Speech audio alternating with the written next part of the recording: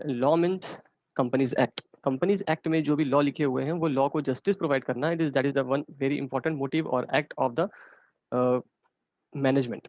तो मैनेजमेंट हमेशा ये टास्क में रहते हैं कि हम लोगों को सारे काम को प्रॉपरली कंप्लीट करना होगा। जो भी एक्ट में लिखा हो गया है, जो भी हमारे एक्ट में कंपनीज एक्ट ने हमें प्रोवाइड करने बोला गया है, जो भी कंप्लीट करने बोला गया है, सारी चीज़ों को हमें टाइम टू टाइम सबमिट करना चाहिए, सिक्योर करना चाहिए, प्रेजेंट करना चाहिए। And from that, all the regulations or the provisions which is provided to the companies by the Companies Act 2013, the very most important section chapter is section number 7। और section number chapter number 7 में बहुत सारे sections हैं हमारे पास, generally 88 से near about 88 से 122 हमारे पास total इतने चैप्टर सेक्शंस होंगे जो हम लोग को टोटल पढ़ने हैं। अभी हम लोग को रिवाइज करना है जो कि रिलेटेड होगा सिर्फ और सिर्फ रजिस्टर से। तो first of all what is register. अब आते हैं मेन टॉपिक में, क्या है हमारे लिए register. Register is just a book जहाँ पर हम लोग कुछ कुछ इन्फॉर्मेशन को स्टोर करके रखते हैं, लिख के रखते हैं। कुछ रजिस्टर्स होते हैं जहाँ जो रजिस्टर हमें अ, अपने ही ऑफिस में स्टोर करके रखने होते हैं, और ऑफिस मीन्स रजिस्टर्ड ऑफिस। कुछ रजिस्टर ऐसे होते हैं जिनको हमें आरओसी को भी प्रेजेंट करना होगा। But we are talking about only one type of register here which is section number 88। इस चैप्टर में हम लोगों को सेक्शन नंबर 88 के बाद एक और जगह रजिस्टर रीड करने मिलेगा, वो होगा सेक्शन नंबर 90। हाँ 90, सेक्शन नंबर 90। वो रजिस्टर अलग होगा इन ऑल एस्पेक्ट, बिकॉज यहाँ पर हम लोग एक ही रजिस्टर की बात करने वाले हैं, क्योंकि यहाँ पर जो रजिस्टर होगा 88 वाला वो और भी सेक्शन को कवर करेगा, दैट इज सेक्शन नंबर 91 जो कि बात करता है कि क्लोजर कब होगा हमारे रजिस्टर का। सेक्शन नंबर 94 ये बताता है कि इन्वेस्टिगेशन स्टोर कहाँ करेंगे, किसके कस्टडी में स्टोर होगा, किसके किसके लिए ओपन होगा, कौन कौन ओपन कर सकता है, कब कब ओपन कर सकते हैं, उनके लिए फीस होगी कि नहीं होगी, ये सारे पॉइंट्स। और 95 भी इसी सेक्शन इसी रजिस्टर से रिलेटेड है, जो भी बताता है कि अगर आपने सेक्शन 88 के रजिस्टर को फॉलो किया है तो ये मान लिया जाएगा कि आपके पास आपका यही आपका एक एविडेंस है कि आपने लॉ को कंप्लीट किया है, मीन्स आपने जस्टिस प्रोवाइड किया है अपने लॉ को रिगार्डिंग दिस पॉइंट। तो सेक्शन नंबर 88 अकेले नहीं आता, सेक्शन नंबर 88 के साथ साथ ये 3 सेक्शंस भी आते हैं। इन सेक्शन के नाम तो ऑलरेडी हम पढ़ेंगे ही, मैंने बस ऊपर ऊपर से बता दिया कि सेक्शन नंबर 88 के साथ 91 क्या रिक्वायरमेंट रखता है, 94 and 95 what is the importance of 3 sections with this. But हम लोग के पास जो एक और रजिस्टर होगा जो कि सेक्शन नंबर 90 में है, सिग्निफिकेंट बेनिफिशियल ओनर के ऊपर।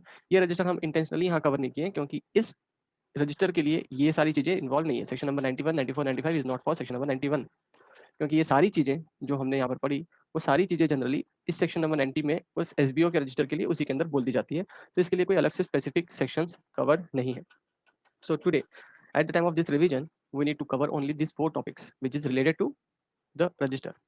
So first of all ये रजिस्टर हम किसके लिए प्रिपेयर कर रहे हैं, the same register which is talking about is prepared for that which type of person, 3 types of person। पहले इसको अपन ओवरव्यू कर लेते हैं, ओवरव्यू देख लेते हैं चार्ट वाइज, देन अपन लोग आगे बढ़ेंगे। हम लोग के जो मेंबर्स होते हैं, मेंबर्स मीन्स जिन्होंने हमारे कंपनी के शेयर्स खरीदे हैं। कुछ डिवेंचर होल्डर्स होते हैं, डिवेंचर होल्डर्स मीन्स जो हमारे कंपनी के डिवेंचर्स परचेस किए होंगे, या अदर कोई सिक्योरिटी होल्डर्स जो हमारे इनके अलावा कोई भी सिक्योरिटी होल्ड करके रखते हैं। तो वो भी पर्सन हमारे कंपनी के लिए किसी न किसी तरीके से इन्वेस्ट कर रहे हैं। ये तीनों पर्सन कौन है जो हमारी कंपनी में इन्वेस्ट कर रहे हैं, तो ये देखा जाए तो हमारे कंपनी के इन्वेस्टर्स हैं। एंड दैट इन्वेस्टर्स के बिहाफ में हमारी कंपनी को एक रजिस्टर प्रिपेयर करना होगा। उसी रजिस्टर के बारे में बात कर रहा है हमारा सेक्शन नंबर 88। ठीक, हम लोग लेकिन अभी यहाँ पर जो चार्ट बना रहे हैं वो सिर्फ सेक्शन 88 के पॉइंट ऑफ व्यू से नहीं होगा, तो ओवरऑल जितने भी सेक्शंस पढ़ने वाले हैं चारों को अपन शॉर्ट में यहाँ देखेंगे। सेक्शन नंबर 88 बोलता है कि हम लोग को रजिस्टर प्रिपेयर करना है इन सारे मेंबर्स के लिए।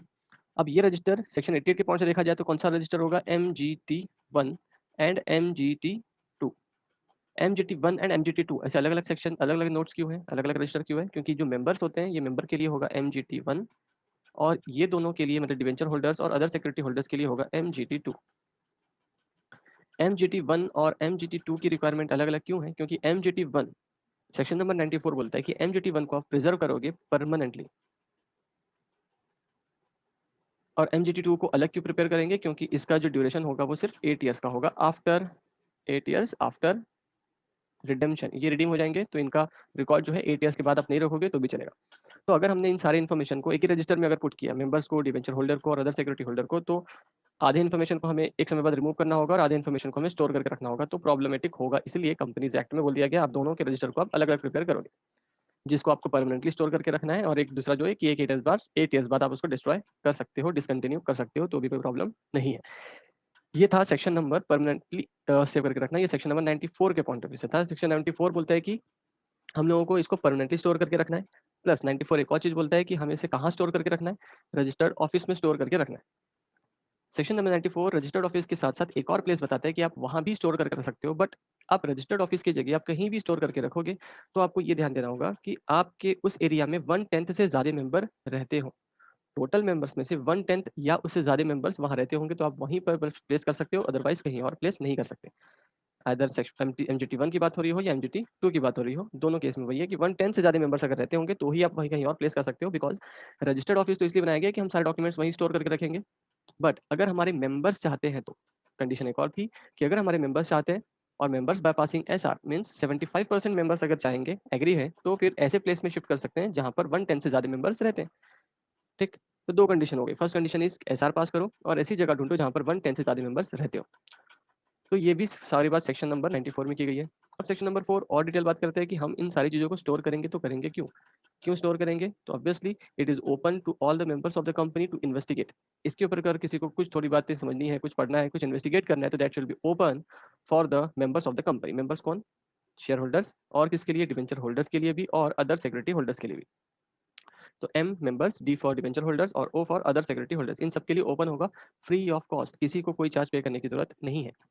हाँ, बट अगर इनको लगता है कि हमें इनकी कॉपी चाहिए कि इसकी कॉपी हम सीधा घर लेके जाएँ और हमारे घर में उसकी कॉपी आ जाए, तो हम लोग कंपनी से रिक्वेस्ट करेंगे और कंपनी हमें 7 डेज़ के अंदर कॉपी हमारे पास पहुँच जानी चाहिए। 7 डेज़ के अंदर कॉपी पहुँचेगी, बट इस कॉपी के लिए हमें पर पेज ₹10 पे करना पड़ सकता है। उससे ज़्यादा नहीं, बट उससे कम कंपनी डिमांड कर सकती है, बट उससे ज़्यादा कंपनी डिमांड नहीं कर सकती। That is a provision related to the section number 94। ठीक, सेक्शन नंबर 94 में क्या कहता है इन शॉर्ट कि हम लोग कब तक स्टोर करके रखेंगे, कहाँ स्टोर करके रखेंगे, कहाँ पर मूव कर सकते हैं, कितने समय के लिए हम लोग स्टोर करके रखना पड़ेगा और इसको स्टोर करके रखने का मोटिव क्या है, क्यों हम इसको स्टोर करके रखते हैं। इसका कुछ ना कुछ काम होगा, तो काम क्या है, हम लोग इसको इन्वेस्टिगेट करने के लिए इसे स्टोर करके रखेंगे। क्लियर? अब ये जब स्टोर हो गया, ओपन रह गया सबके लिए, लेकिन एक सेक्शन और बीच में आ जाता है जो कि है 91। सेक्शन नंबर 91 सेज दैट कि आपके ये रजिस्टर्स ओपन होंगे कुछ समय, कुछ परमानेंटली, कुछ 8 ईयर्स तक इन्वेस्टिगेशन के लिए। बट होल्ड ऑन, हो सकता है कि हमारे बुक्स में कुछ प्रॉब्लम हो या फिर हम लोग को कुछ चेंजेस करने हो, कुछ एडिशन करनी हो, कुछ डिलीशंस करनी हो, या फिर कुछ समय ऐसे होते होंगे कि हम लोग आपको ओपन करने में अपना कंपनी का टाइम यूटिलाइज नहीं करना चाहते, तो हम लोग अपनी कंपनी के इन रजिस्टर्स को कुछ समय के लिए क्लोज भी कर सकते हैं। तो सेक्शन नंबर 91 सेज दैट कि हमारे रजिस्टर कुछ समय के लिए क्या रहेंगे, क्लोज रहेंगे, बंद रहेंगे, कि उस समय वो इन्वेस्टिगेशन अब नहीं हो सकती, आप उसको ओपन नहीं कर सकते। बट उनकी भी कोई ना कोई लिमिट होती है, तो उनकी लिमिट क्या है, तो company must close but only for maximum 45 days in a year. पूरे साल भर में अगर आपको क्लोज करना है तो आप टोटल डेज, एग्रीगेट डेज कितने दिन क्लोज कर सकते हो, तो 45 डेज से ज़्यादा नहीं। बट अगर कंपनी चाहती है कि हम लोग पूरा 45 डेज एक साथ ही क्लोज कर दें, क्या ये पॉसिबल है? नहीं। Company may close for a long period but maximum of 30 days at a time. At a time अगर वो क्लोज करना चाहती है तो वो मैक्सिमम 30 डेज ही क्लोज कर सकती है। So these all are the provisions related to section number 88, 94 and 91, which is only for one topic, that is register। Register हम क्यों प्रिपेयर करेंगे, बट सेक्शन नंबर 88 इतना छोटा नहीं था। सेक्शन नंबर 88 में और भी चीज़ें हैं कि हमारे पास ये जो रजिस्टर हम प्रिपेयर करते हैं, एमजीटी 1 हो, एमजीटी 2 हो, ये जो भी प्रिपरेशन होगा ये हम लोग हमारे ओल्ड कंपनीज एक्ट में जो रजिस्टर होंगी उन कंपनी को भी प्रिपेयर करना पड़ेगा। ये सेक्शन सिर्फ न्यू कंपनी के लिए नहीं है, तो ये सेक्शन हमारे ओल्ड कंपनी के लिए भी है। ओल्ड इन न्यू का मतलब क्या, जो ओल्ड 1956 में रजिस्टर है ये उस कंपनी के लिए भी है। उन्होंने जो भी रजिस्टर मेंटेन किया होगा, उनके सारे डेटा आप इसमें कन्वर्ट करोगे, शिफ्ट करोगे, ट्रांसफर करोगे। प्लस यहाँ पर हमारे पास एक और रजिस्टर आ जाता है, उसे बोला जाता है फॉरेन रजिस्टर। फॉरेन रजिस्टर मतलब कि हम उसको फॉरेन में सिक्योर करेंगे, फॉरेन में प्रिपेयर करेंगे। अब फॉरेन रजिस्टर फॉरेन में क्यों करेंगे? अगर हमारे मेंबर्स फॉरेन में रहते हैं तो हम उनके मेंबर्स को वहीं पर शिफ्ट करेंगे और वहीं पर प्रिपेयर करेंगे। अगर हमारा आर्टिकल हमें अलाउ करता है, आर्टिकल्स ऑफ एसोसिएशन में पहले बात ये अलाउ होना चाहिए।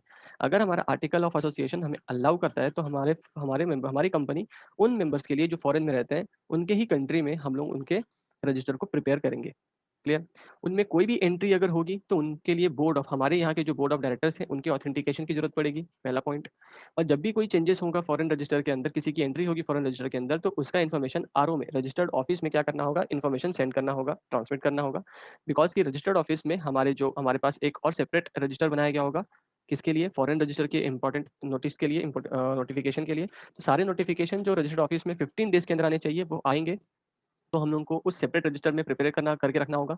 अब एक और पॉइंट ये है कि हम लोगों के जो फॉरेन रजिस्टर हो या सेपरेट रजिस्टर हो, इनको हम अपने प्रिंसिपल रजिस्टर ही मानेंगे। मतलब एमजीटी 1 और एमजीटी 2 जैसे प्रिंसिपल रजिस्टर है, उसी के बेसिस पे ही हम मानेंगे।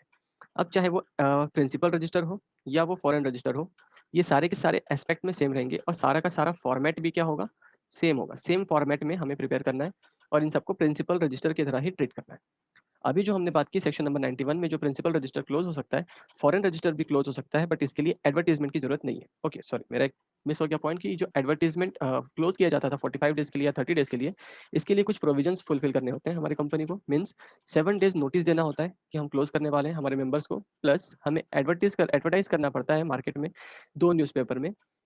अगर वो हमारे लिस्टेड कंपनी है तो साथ ही साथ उनको कुछ मैनर्स भी फॉलो करने पड़ेंगे जो सेबी हमें बताती है। अगर हमारी कंपनी प्राइवेट कंपनी, अगर पब्लिक कंपनी है तो आपको ये दोनों चीज़ें फॉलो करनी है। अगर आप लिस्टेड कंपनी हो तो आपको ये तीनों चीज़ें फॉलो करनी है, बट अगर आप प्राइवेट कंपनी हो तो आपको सिर्फ 7 डेज नोटिस दे दोगे तो भी सफिशिएंट होगा। हाँ, बट पॉइंट क्या था कि फॉरेन रजिस्टर को ये एडवर्टाइज वगैरह करने की जरूरत नहीं है। फॉरेन रजिस्टर को क्लोज करना अगर है तो आप किसी दूसरे फॉरेन रजिस्टर में शिफ्ट कर दो, वो क्लोज हो जाएगा, डिसकंटिन्यू हो जाएगा।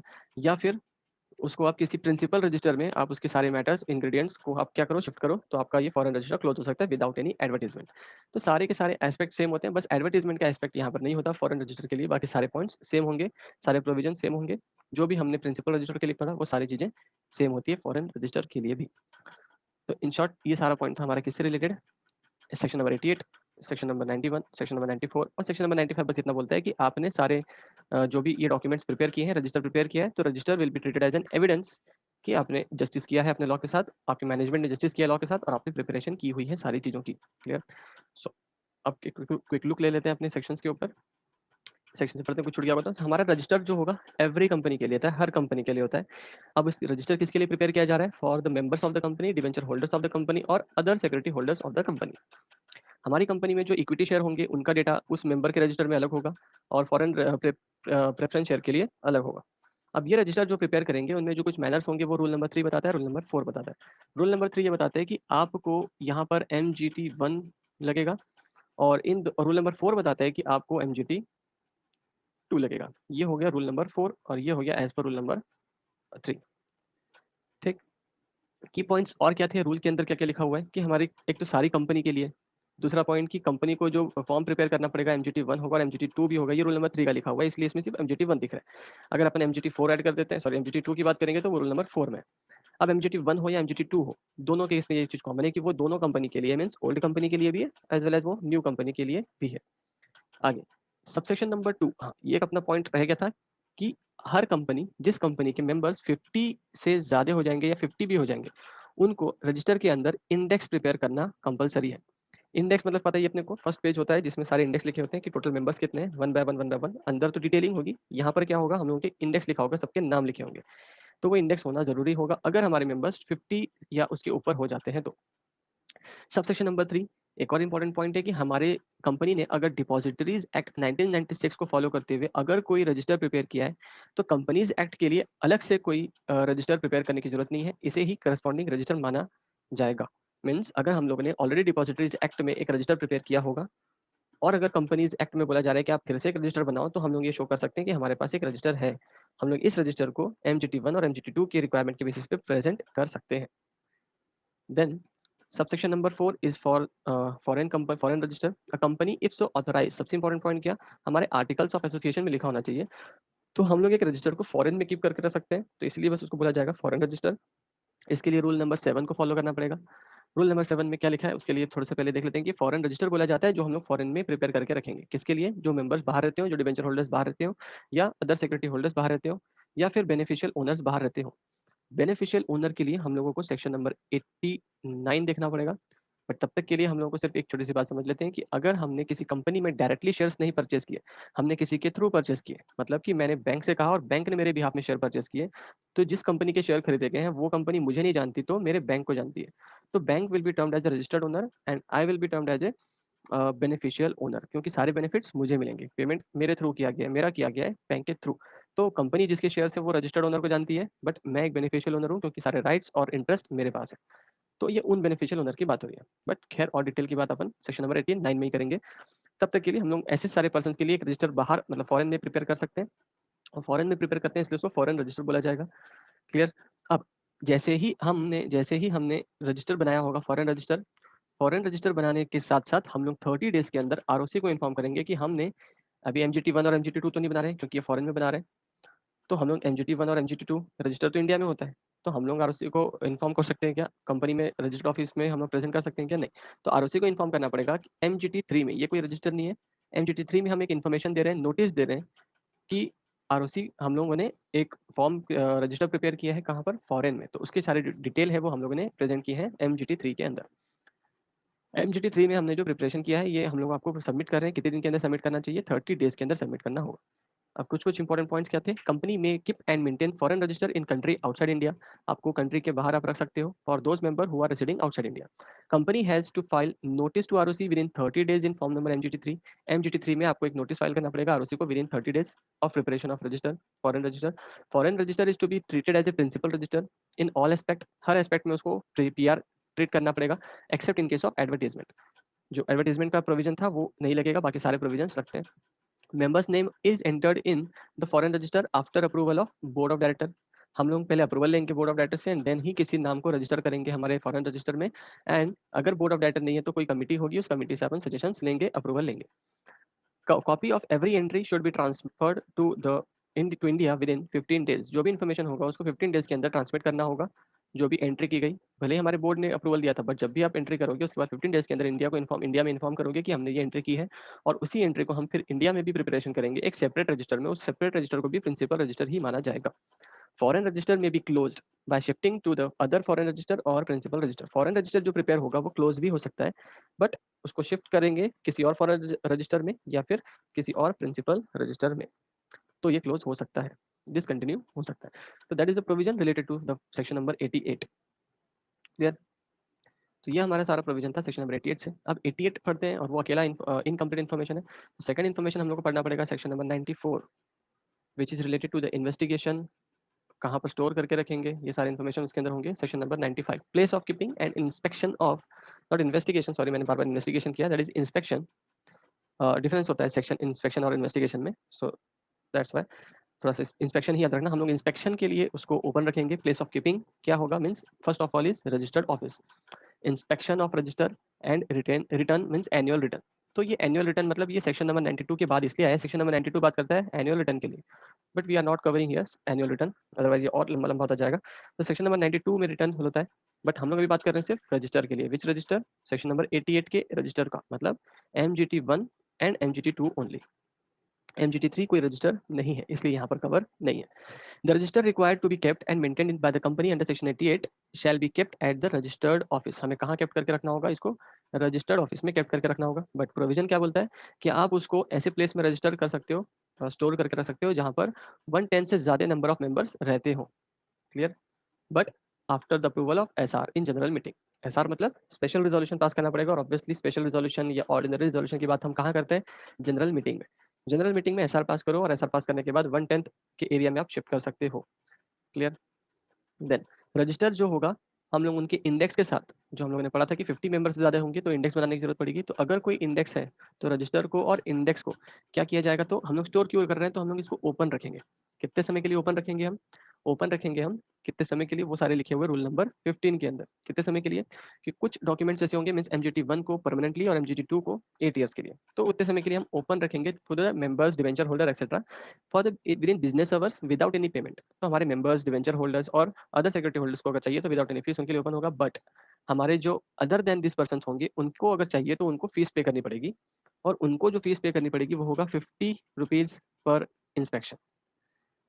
ठीक है? और अपन जो बात की थे 10 रुपीज़ की, तो वो किसी और के लिए था कि अगर हमारे ही मेंबर्स को हमें सिर्फ इंस्पेक्शन करना है तो आपको फ्री में अलाउड होगा, बट हमारे ही मेंबर को अगर कॉपी चाहिए उसकी, तो कॉपी आपको 7 दिन में मिल जाएगी, बट आपको हर पेज के ऊपर 10 रुपीज़ पे करना होगा। तो ये हमारे मेंबर्स के लिए था। ये कोई कॉपी नहीं मिल रही है, ये बस आप अगर आप इंस्पेक्शन करना चाहते हो और अगर आप मेंबर नहीं हो, डिवेंचर होल्डर नहीं हो, अदर सिक्योरिटी होल्डर नहीं हो, तो आपको 50 रुपीज़ पर इंस्पेक्शन पे करना पड़ सकता है। क्लियर? तो ये था। उसके बाद जो प्रोविजन लिखे हुए हैं वो एक पेनल्टी है, तो अपन पेनल्टी प्रोविजंस को अपन बात नहीं कर रहे हैं।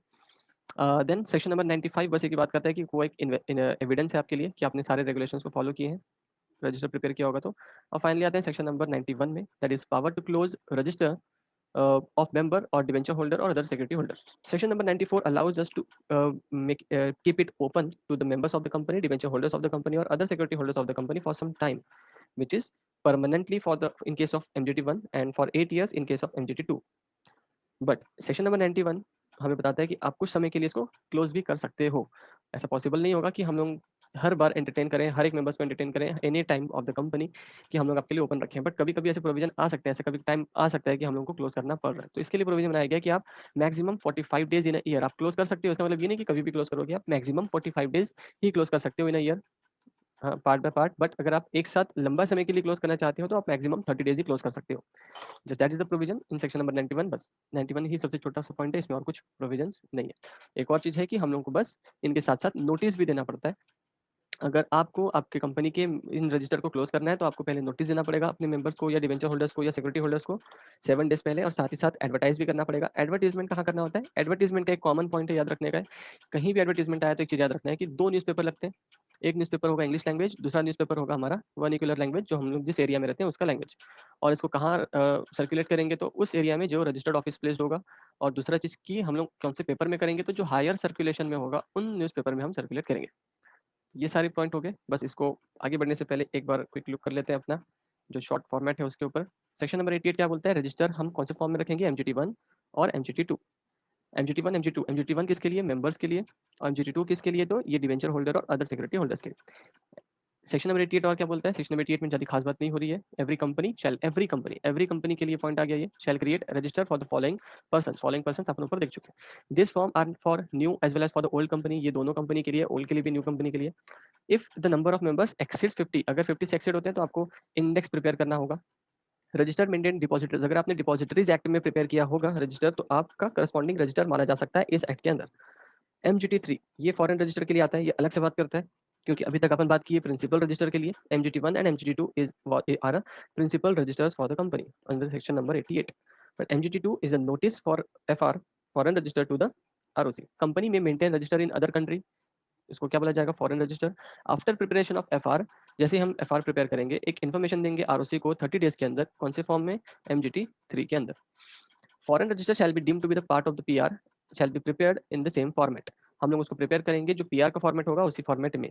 Entries in FR shall be made approval of the board of directors after approval of board of directors. Board of director का अप्रूवल के बाद ही हम क्या कर सकते हैं? एंटर कर सकते हैं, अदरवाइज आप एंटर नहीं कर सकते। Every entry is in FR shall be transmitted to RO registered office within 15 days और must be entered in the separate register। हम लोग उसको separate register में maintain करेंगे। कंपनी में discontinue foreign register by transferring to other foreign register और principal register।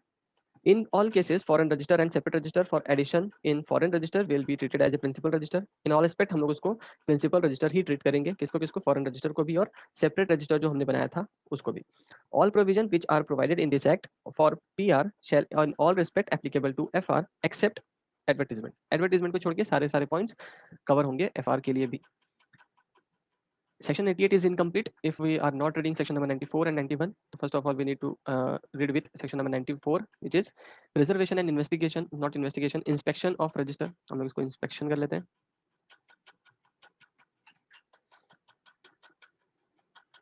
Inspection of register, MGT 1 shall be preserved permanently।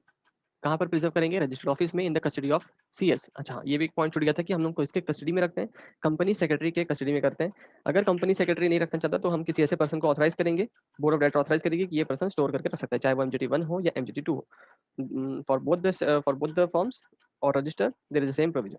MGT 1, third point is MGT 1 और MGT 2 may be placed in the place other than the registered office only if SR is passed. SR pass हुआ होगा तो ही हम move कर सकते हैं किसी और प्लेस में, but the other place will be the place where 1/10 और मोर मेंबर्स रिसाइड्स। अगर 1/10 या उससे ज्यादा मेंबर्स रिसाइड करते हैं हम उसी प्लेस में स्टोर कर सकते हैं, कहीं और नहीं।